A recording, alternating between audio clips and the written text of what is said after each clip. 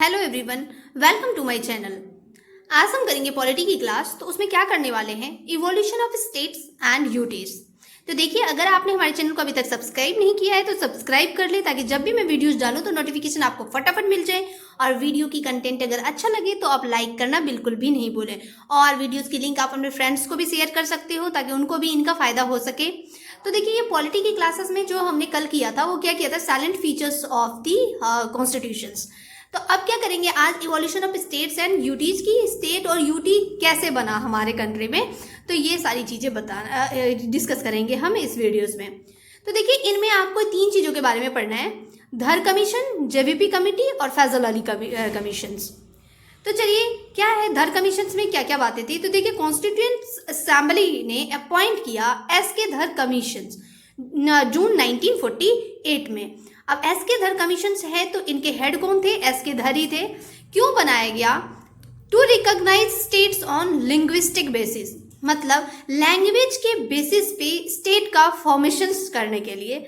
लेकिन क्या हुआ कि इस कमीशन ने बाद में फील किया कि that it would be fail the regional sentiments and might threaten national integration.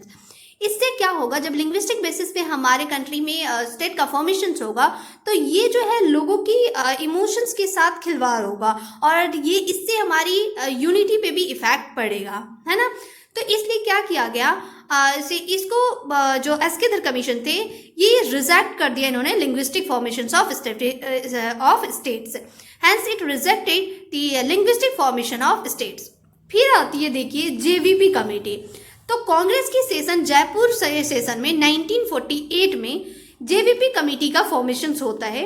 और जेवीपी कमीशन का फॉर्मेशन क्यों होता है, तो एस.के. धर का जो भी रिकमेंडेशन था उसको कंसीडर करने के लिए। तो जो धर कमीशन थी उनके क्या ऑब्जेक्टिव्स है, उनको कंसीडर करने के लिए जेवीपी कमेटी को बनाया गया। जेवीपी कमेटी थे, ये 3 मेंबर कमेटी था।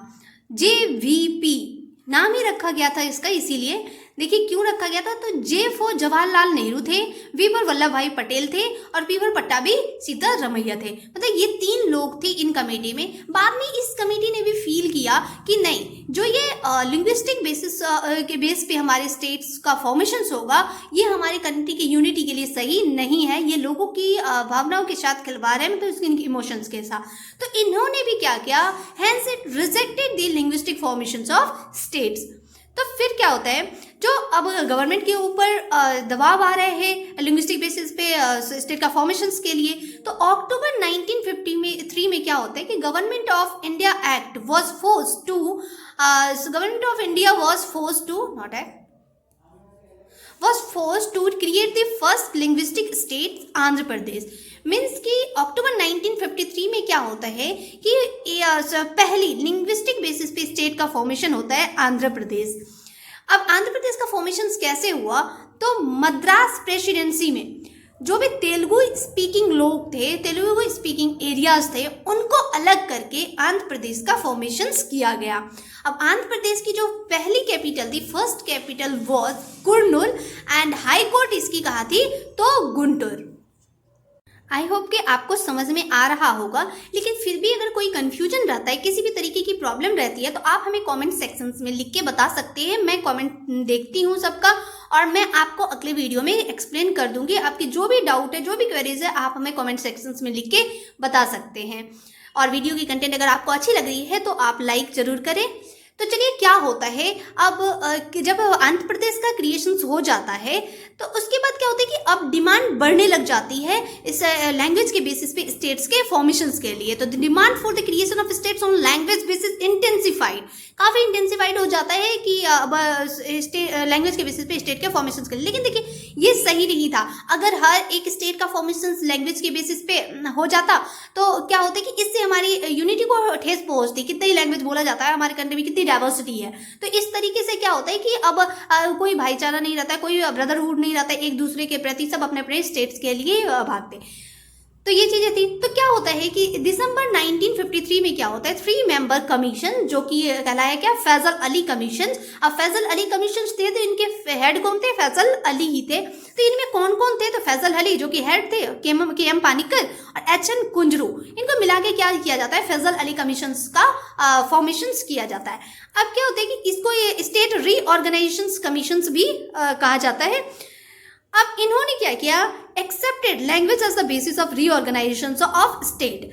अब इन्होंने ये एक्सेप्ट किया कि यस दी लैंग्वेज एक बेसिस हो सकता है स्टेट के ऑर्गेनाइजेशन के लिए, क्योंकि अभी पहले ही 2 कमेटी बन चुका था जिन्होंने रिजेक्ट कर दिया था। लेकिन इनकी एक शर्त थी, क्या था, but it rejected the theory of the one language one state, मतलब एक लैंग्वेज एक स्टेट में एक ही लैंग्वेज होगा, इन चीज़ों को रिजेक्ट किया गया।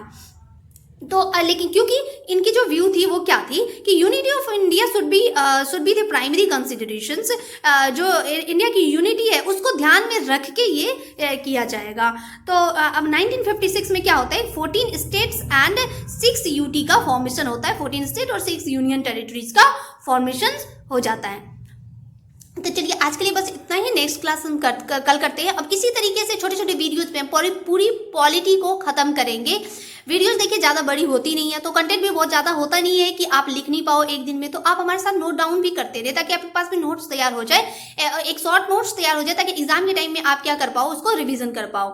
तो चलिए आज के लिए बस इतना ही है, बाय बाय, टेक केयर। आप वीडियोस की लिंक अपने फ्रेंड्स को भी शेयर करें और वीडियो को लाइक करना बिल्कुल भी नहीं भूलें, और सब्सक्राइब नहीं किया चैनल को तो सब्सक्राइब जरूर करें। चलिए बाय बाय, टेक केयर।